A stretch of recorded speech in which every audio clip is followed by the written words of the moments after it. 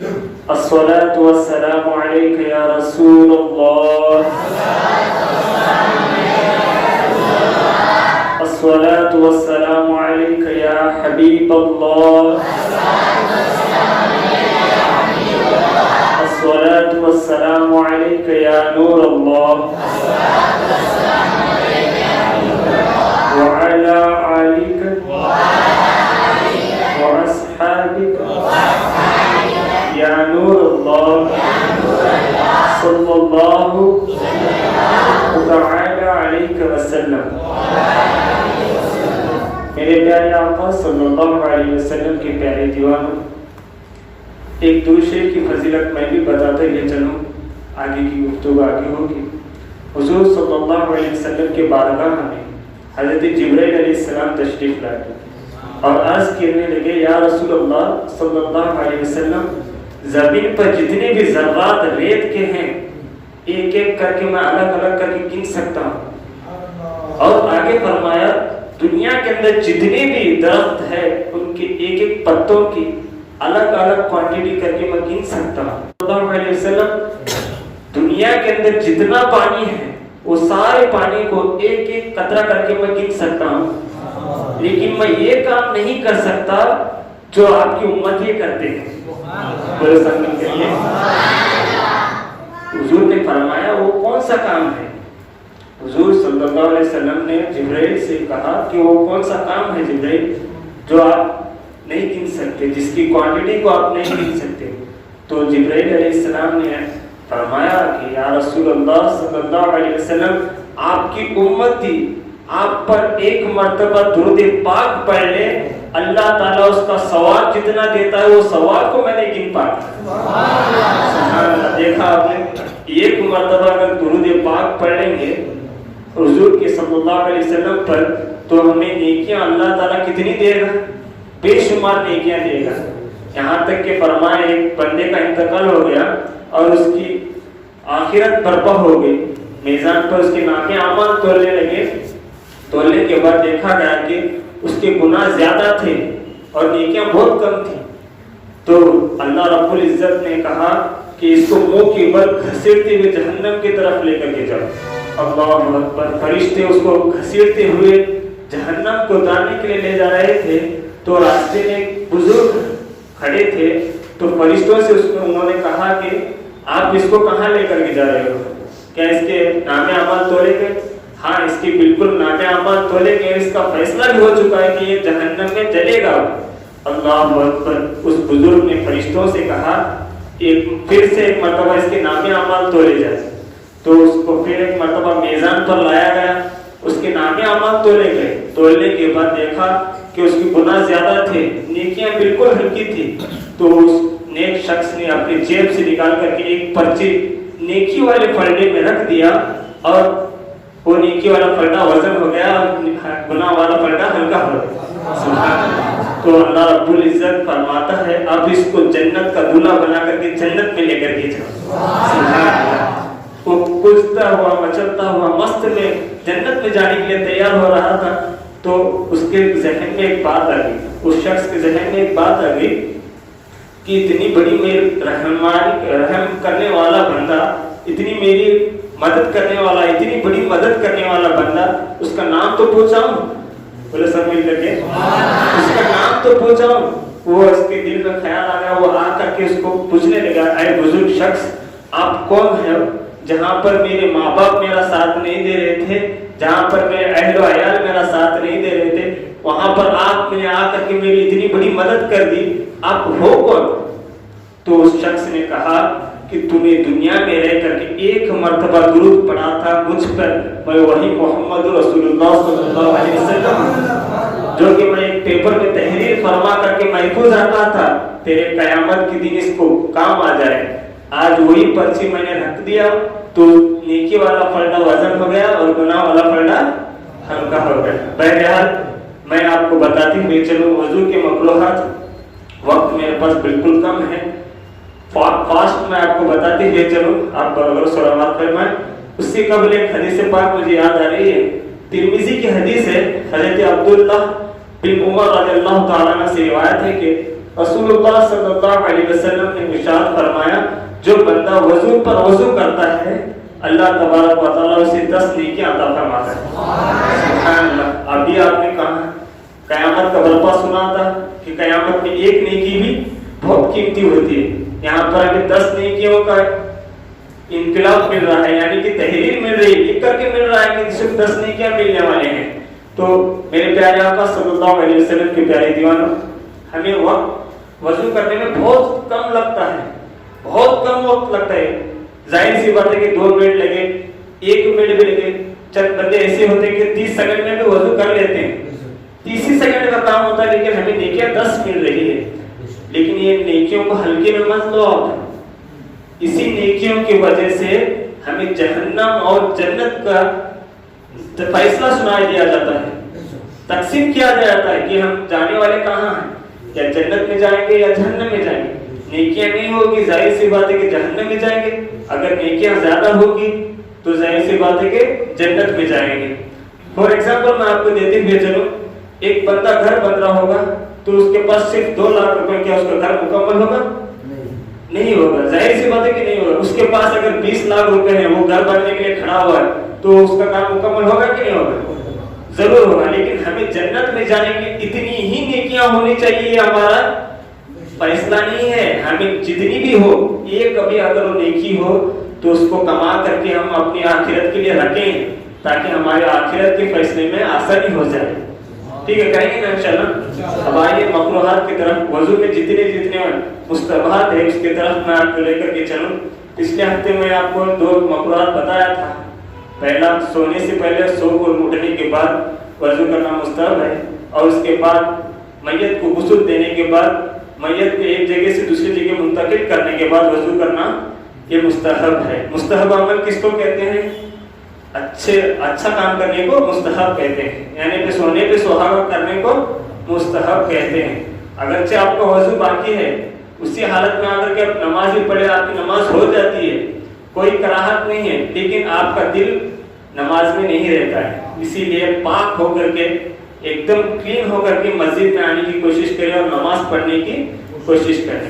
اب آگے چنبی کرنے سے پہلے, یعنی کہ ہم بستری کرنے سے پہلے وضو کرنا کیوں چاہیے؟ کیونکہ ہمارے ساتھ میں ایک شیطان ہوتا ہے, اس شیطان کو ہٹانے کے لیے ہمیں وضو کرنا بہت ضروری ہے. ٹھیک ہے. اس کے بعد آپ کو جب غصہ آ جائے فوراً ہی آپ کو وضو کرنا ہے. جب آپ فوراً وضو کر لیں گے نا تو آپ ہوں گے, آپ شیطان نہیں ہوں گے, آپ ہو جائیں گے. کیونکہ آپ کس کے سامنے کچھ الفاظ لفظ کر رہے ہو, آپ کے ماں باپ بھی ہوں گے, بھائی بہن بھی ہوں گے, رشتے دار بھی ہوں گے, بڑے بھی ہوں گے, چھوٹے بھی ہوں گے. لیکن آپ فوراً ہی وضو کر لیں گے تو آپ کو غصہ ٹھنڈا ہو جائے گا. آپ اپنے حساب سے بات کو سمجھانے کی کوشش کریں. اب اس کے آگے زبانی قرآن پاک کو پڑھنا. زبانی یعنی کہ آپ کو ایک سورت یاد ہے اور بھی اس کو اچھے انداز میں آپ کو یاد کرنا ہے, تو آپ کام کرتے کرتے اس کو قرآن پاک کو پڑھ رہے ہیں. اس وقت بھی وضو کرنا کیا ہے؟ مستحب ہے. اگرچہ آپ کا وضو نہیں ہے, آپ پڑھنا نہ چھوڑیں, پڑھتے رہیں, کیونکہ وضو کو, قرآن شریف کو پکڑنا وضو فرض ہے, لیکن پڑھنا فرض نہیں ہے. پڑھنا اگر آپ کو آیت یاد ہے تو آپ پڑھتے جاؤ, اس کو رٹتے جاؤ, اللہ تعالیٰ ثواب عطا فرما دے گا. اور اس کے بعد دینی کتابوں کو پڑھنا یا پڑھانا, سمجھ گئے آپ؟ دینی کتابیں یعنی کہ سنت کو پڑھنا یا پڑھانا. آسان لفظوں میں آپ کو سمجھا رہا ہوں. دینی کتابوں کو پڑھنا یا پڑھانا, یہ اس سے پہلے وضو کرنا مستحب ہے. اگر آپ کا وضو اس وقت بھی نہیں ہے تو کوئی کراہت نہیں, آپ پڑھ بھی سکتے ہیں, پڑھا بھی سکتے ہیں. بہتر یہی ہے کہ وضو کر کے پڑھائیں. ٹھیک ہے. اب اس کے بعد جو بندہ جھوٹ بولتا ہے, اللہ اکبر اللہ اکبر, جو بندہ جھوٹ بولتا ہے اس کے فوراً بعد وضو کرنا مستحب ہے. چند میں آپ کو مثالیں بتاتے ہوئے چلو. کاروبار کا ایک شخص ہے, بازار سے سامان خرید کر کے گلیوں میں فروخت کرتا ہے, یا پھر بازار میں ہی فروخت کرتا ہے. وہاں سے اس کو مل رہا ہے وہ 1 روپے میں, یہاں پہ وہ بیچ رہا ہے 10 روپے میں. وہ اس کا حق ہے 10 روپے میں بیچے, 100 روپے میں بیچے, وہ اپنا مال, وہ اپنی مرضی ہے. لیکن بات یہاں پہ کیا کر رہا ہوں, اس کے اوپر توجہ لینا چاہتا ہوں آپ کی. وہ کہہ رہا ہے بندہ میں اس کو 10 روپے میں بیچوں گا. سامنے والے نے کیا کہا, نہیں بھائی میں اس کو 9 روپے میں خریدنا چاہتا ہوں, دو گے کہ نہیں؟ تو بیچنے والا بندہ کیا کہے گا پتا ہے؟ ارے بھائی مجھے یہ 9.5 روپے میں پڑی ہے، 10 میں آپ کو کہاں سے دوں؟ اللہ اکبر، ایک جھوٹ بولے. یہاں پر مجھے حضور کی حدیث یاد آ رہی ہے، جو بندہ ایک مرتبہ ایک جھوٹ بولے گا نا، اللہ تعالیٰ اس کے رزق میں 4 گنا کم فرما دے گا. اللہ اکبر. فار ایگزامپل آج اس کو ملنے والے 1000 روپے کاروبار میں، تو اس کی جھوٹ کی وجہ سے اس کو صرف 600 روپے ملیں گے. 400 روپے کا گھاٹا ایک جھوٹ کا ہوگا، صرف ایک جھوٹ کا. نہ جانے ہم صبح شام کتنے جھوٹ بول لیتے ہیں. اللہ اکبر. آگے فرماتے ہیں، میں نے فرما رہا تھا کہ بندہ 10 روپے میں وہ بیچ رہا ہے، 9.5 روپے میں وہ لے رہا ہے. ارے بھائی مجھے 9.5 روپے مجھے نہیں پڑی کہ آپ کو کہاں سے دوں؟ تو مجھے بتائیے اس کا. وہ بندہ تو نہیں لے گا، ایسے ہی چلا جائے گا. مجھے بتائیے فائدہ کس کا ہوا اور نقصان کس کا ہوا؟ بیچنے والے کا نقصان ہوا کہ نہیں ہوا؟ صرف 8 آنے یا 1 روپے کے چکر میں وہ 8 روپے کو گوا دے رہا ہے. اس پر اس کی توجہ ہی نہیں ہے. لہذا پیپر جو بھی کر رہے ہیں، جو بھی کام کر رہے ہیں، انشاءاللہ تعالیٰ سچ بول کر کے کمانا چاہیے، جھوٹ بول کر کے نہیں کمانا چاہیے. ٹھیک ہے. جو بندہ اس کو 8 روپے ملنے والے تھے، اگرچہ وہ 9 روپے میں دے دیتا تو اس کو فائدہ کتنا ہوتا بھائی؟ 8 روپے ہوتا نا. اسی لیے وہ دے دیتا. تو نہیں، اگر دینا نہیں ہے، اس کو 10 روپے میں بیچنا ہے، تو اس کو یہ کہہ کر کے بتا دیتا بھائی مجھے بیچنا نہیں ہے، میں اس کو 10 روپے میں بیچوں گا، آپ کو لینا تو لو ورنہ آگے چلے جائے. یہ بول دیتا تو حلال ہو جاتی کمائی. وہ اگر 10 روپے میں بھی خرید آئے گا نا، وہ کمائی حرام کی ہوگی. اللہ. جھوٹ بول کر کے کمانا کیا ہے؟ حرام ہے. اس کا ضرور بچنے کی کوشش کریں. آگے بڑھیے. جو بندہ گالی دیتا ہے اس کے فوراً بعد وضو کرنا مستحب ہے. جیسے کہ میں آپ کو بتاؤں، مغرب کی نماز پڑھ کر کے آپ باہر چلے گئے، کوئی دوست مل گیا، اس کو آپ گالی مار دی. مارنے کے بعد عشاء کا وقت ہوا، پھر آپ کا عشاء کی نماز اسی وضو سے عشاء کی نماز پڑھ رہا ہے، تو نماز تو ہو جائے گا، کوئی قرار نہیں، لیکن نماز میں چین نہیں ملے گا. جب نماز میں جو لذت ملتی ہے وہ لذت نہیں ملے گی. اس لذت کو پانے کے لیے آپ کو پھر ایک مرتبہ وضو کرنا ہوگا. میرے آقا علیہ السلام فرماتے ہیں جو بندہ ایک مرتبہ گالی دیتا ہے نا، کون سی گالی؟ ایک دم چھوٹی والی، ر کے بیٹے. یہ میں آپ کو شارٹ میں بتا دوں، ر کے بیٹے. اگر یہ بہت عام گالی ہے، بہت عام گالی ہے، ہر ایک بندہ اس کو بولنے میں کوئی گناہ ہی نہیں سمجھتا، اتنی عام گالی ہے. تو جو بندہ یہ گالی دے گا نا، اللہ رب العزت اس کا نام جہنم کے دروازے پر لکھ دیا جائے گا. اللہ. ذرا سوچ کر کے دیکھیں، جس کا نام جہنم کے دروازے پر ہوگا، کیا وہ جنت میں جائے گا؟ قطعاً ہی نہیں جائے گا. لہذا آپ کو گالیوں سے بھی بچنا ہے. انشاءاللہ گالی سے بچ کر کے اپنی زندگی کو آگے بڑھاؤ. گالی دینا یہ زندگی کا مقصد نہیں ہے. گالی کو بچ کر کے زندگی کو آگے بڑھانا یہ زندگی کا مقصد ہونا چاہیے. اب آگے فرماتے ہیں، جو بندہ کہا لگا کر کے ہنستا ہے، یعنی کہ ہا ہا ہا ہا ایسا ہنستا ہے نا، جو بندہ کو ہوش نہیں رہتی ویسا ہنستا ہے.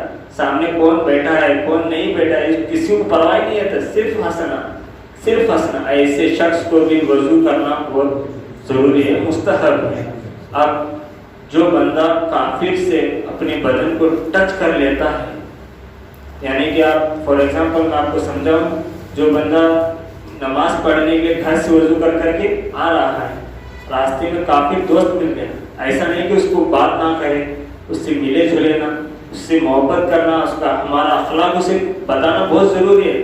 لیکن وہ مل گیا، اس کے بدن سے آپ کا بدن ٹچ ہو گیا، اس کے باوجود آپ کو وضو کرنا مستحب ہے. اسی طرح سے کوڑ کی بیماری والے، جیسے کہ سفید داغ پھرتا ہے جسم پر، ویسے شخص کو بھی اگر آپ کا بدن مسک ہو جائے گا تب بھی آپ کو وضو کرنا مستحب ہے. اور اس کے بعد سلیبی یعنی کہ کرسچنس لوگ ہوتے ہیں، ان سے بھی اگر آپ کا بدن مسک ہو جائے تب بھی آپ کو وضو کرنا مستحب ہوتا ہے. اور آخر میں عورت سے آپ کا بدن ٹچ ہو جائے اس وقت بھی وضو کرنا مستحب ہوتا ہے. اور آخر میں جو بندہ باوضو ہوگا، نماز کے لیے اس کی آنا ہے، اسی شخص کے لیے بھی مستحب ہے کہ وہ باوضو وضو کر کے آئے. میں آپ کو بتایا تھا نا، وضو پر وضو کرنے کے 10 نیکیاں، یہ آخر میں اسی کے لیے ہے. جو بندے بندے کا وضو ہے وہ نماز پڑھنے کے لیے پڑھ سکتا ہے, کوئی کراہت نہیں, بالکل صاف ہے, وہ عورت سے بھی نہیں ٹچ ہوا, سلیبی سے بھی نہیں ٹچ ہوا, کافر سے بھی نہیں ٹچ ہوا, کوڑ کی بیماری سے بھی نہیں ٹچ ہوا, کسی سے بھی نہیں ٹچ ہوا, بلکہ عشاء کی نماز مغرب کی نماز پڑھ کر کے یہیں پر بیٹھا ہے, عشاء کی نماز کے لیے انتظار کر رہا ہے. ایسے شخص کے لیے بھی وضو کرنا مستحب ہے.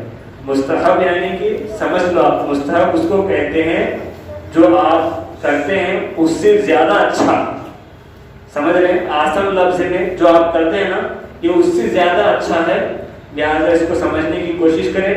آئندہ ہفتہ انشاءاللہ تعالیٰ میں آپ کے سامنے بتاؤں گا شرک کس کو کہتے ہیں, بدعت کس کو کہتے ہیں انشاءاللہ تعالیٰ. اللہ رب العزت کی بارگاہ میں دعا ہے کہ کہنے اور سننے سے زیادہ عمل کی توفیق عطا فرمائے. دوران گفتگو کسی قسم کی غلطی خطائیں لفظی سے معاف فرمائے. توبہ کرتا ہوں, لا الہ استغفر اللہ ربی من کل ذنب و خطیئۃ و اتوب الیہ, لا الہ الا اللہ محمد رسول اللہ صلی اللہ علیہ وسلم. السلام علیکم ورحمۃ اللہ وبرکاتہ.